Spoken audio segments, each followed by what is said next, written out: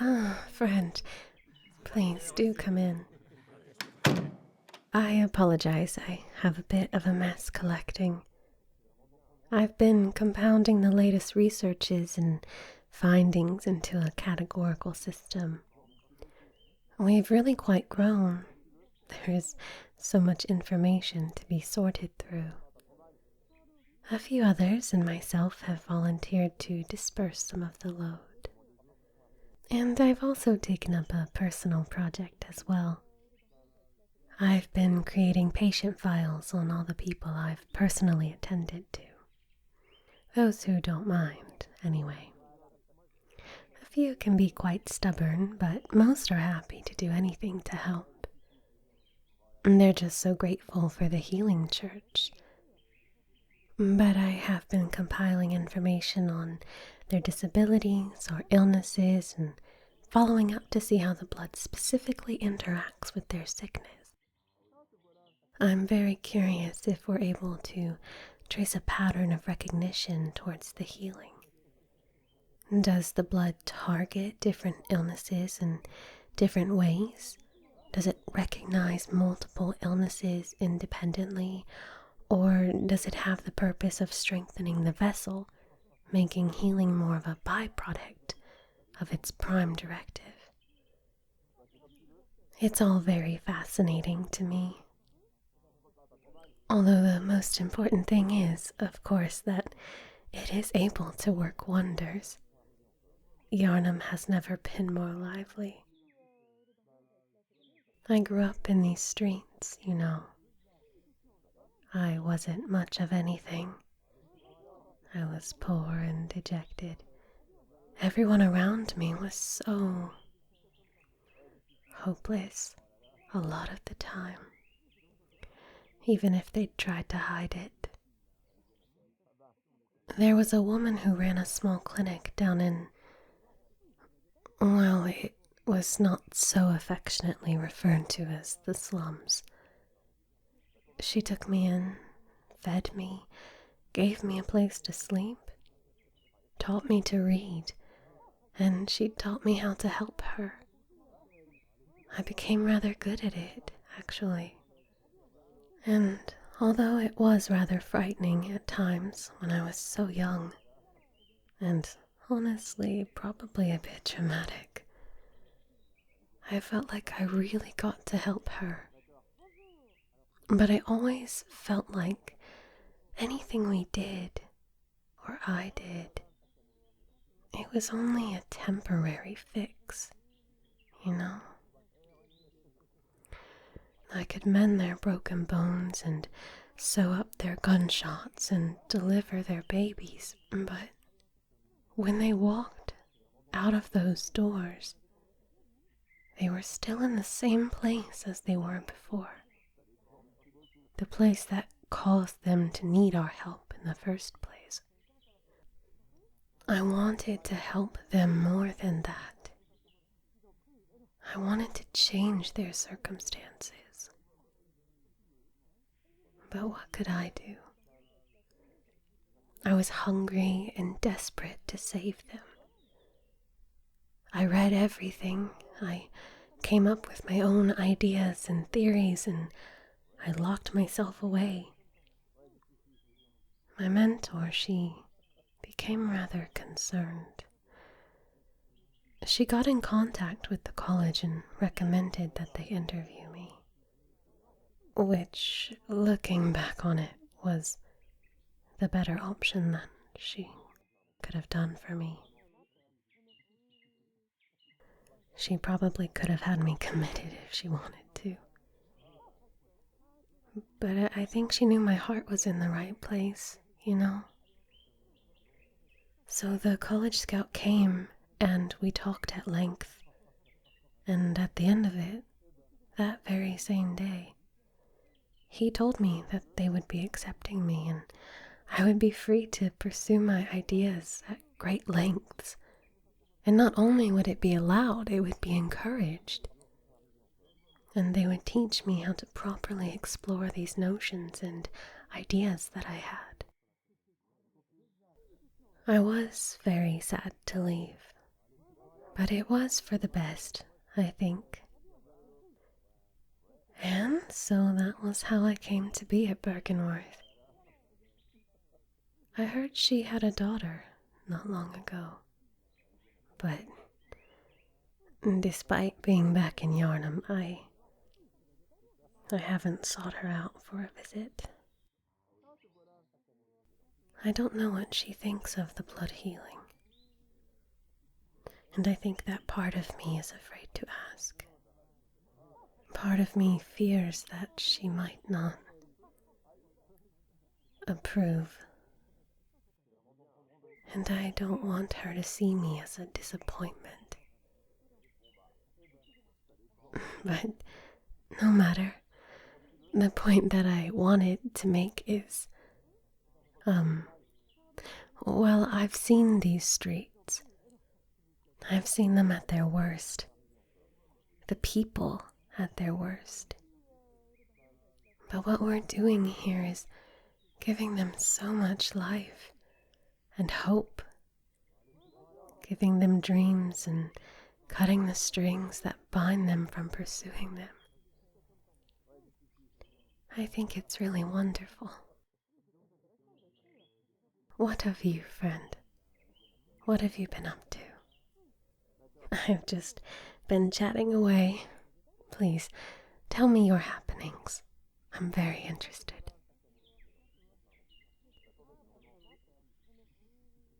Oh, I see.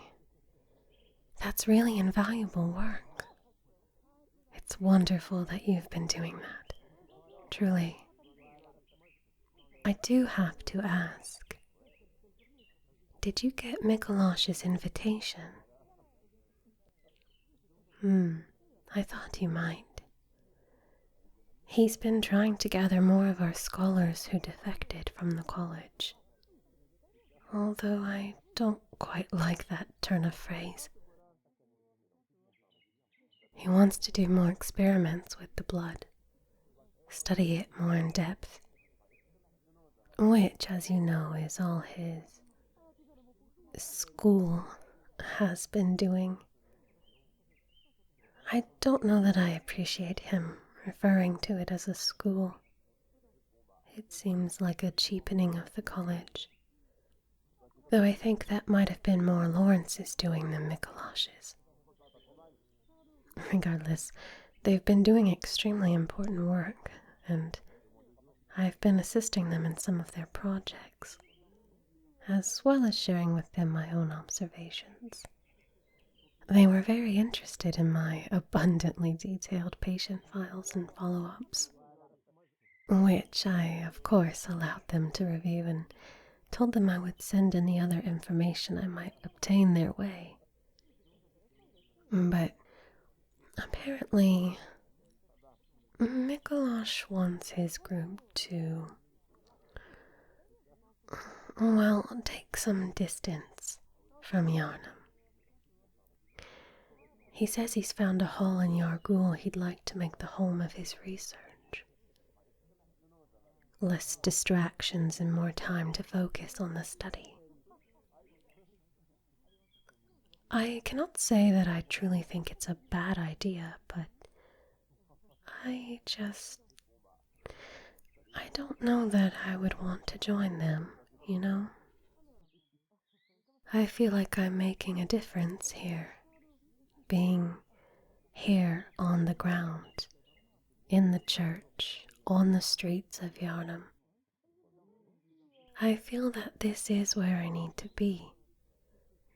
And while I very much agree we need to be doing exactly as he says, and studying the blood, and who better to do so than our fellow Byrgenwerth scholars?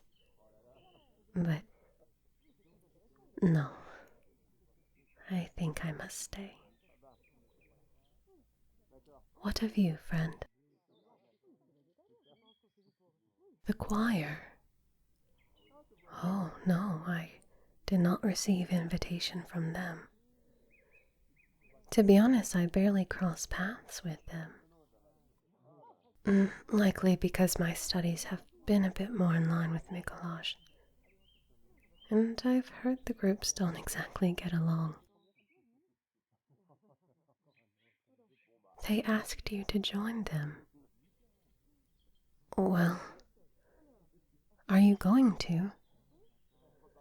Unlike the School of Mensis, focusing on our more physical benefits we've received from the Great Ones, the choir has been really only concerning themselves with the knowledge they can glean, the understanding and the certainty. I cannot fault them for that. Never before have we had such steady contact with greater beings. It makes sense that they would want to take this opportunity to gain as much insight into their power as they can. It really carries on the work we did at the college, though they mainly keep themselves locked away in the towers, conversing only among themselves in their halls, or in the caverns of the Great One. So I cannot say with as much certainty their findings, though Lawrence must be pleased, as I hear they are receiving more and more aid and deliveries than usual. Perhaps it's one of the reasons the choir and the school are on odd terms. But I cannot say with certainty. It's only speculation. But I can imagine that you have given this incredible length of thought already, friend. Tell me, have you made a decision? Yes. I cannot say I blame you for that choice. The choir is really carrying on the work from the college. It is good that they would do so. It would not be to forget what we brought with us from Byrgenwerth. We all learned such a great deal from the school. It's important to keep that alive, to keep it going forward. And honestly, we're in a position now to do so even more than we ever were before.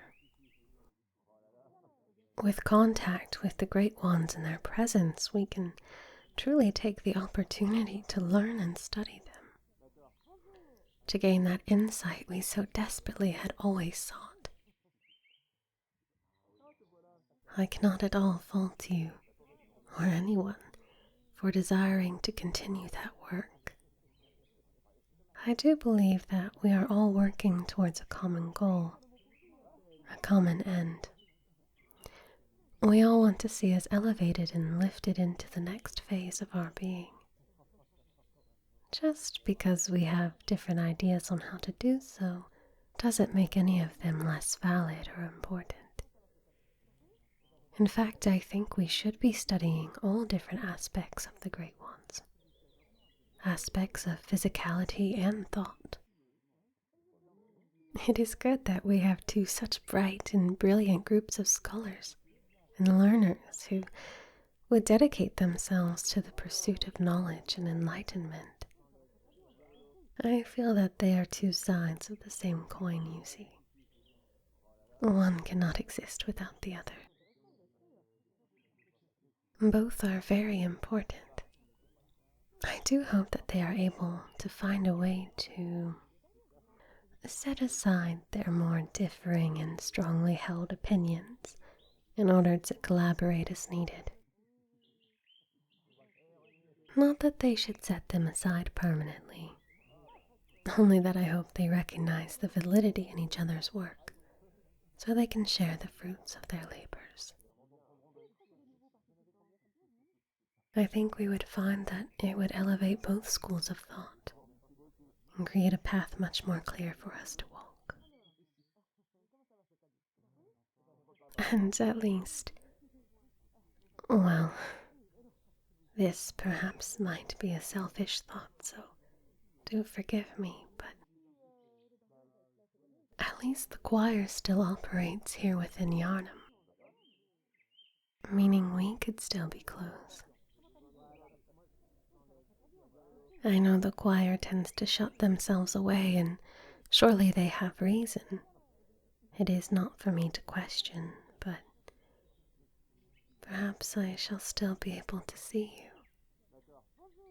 And even if not, knowing you are close, that you are here, well, it brings me a great comfort and joy. You have always been dear to me, a constant in my life. Perhaps it is silly, but it brings me great joy to know I could find you, should you need me to. You know that I admire you very much, and I shall respect all of your decisions. You're intelligent and bright, and you know better than anyone what you must, what you need to do. You have my support, always. I am very happy for you, and I am very proud of you. You will bring us wondrous discoveries. I am sure of it.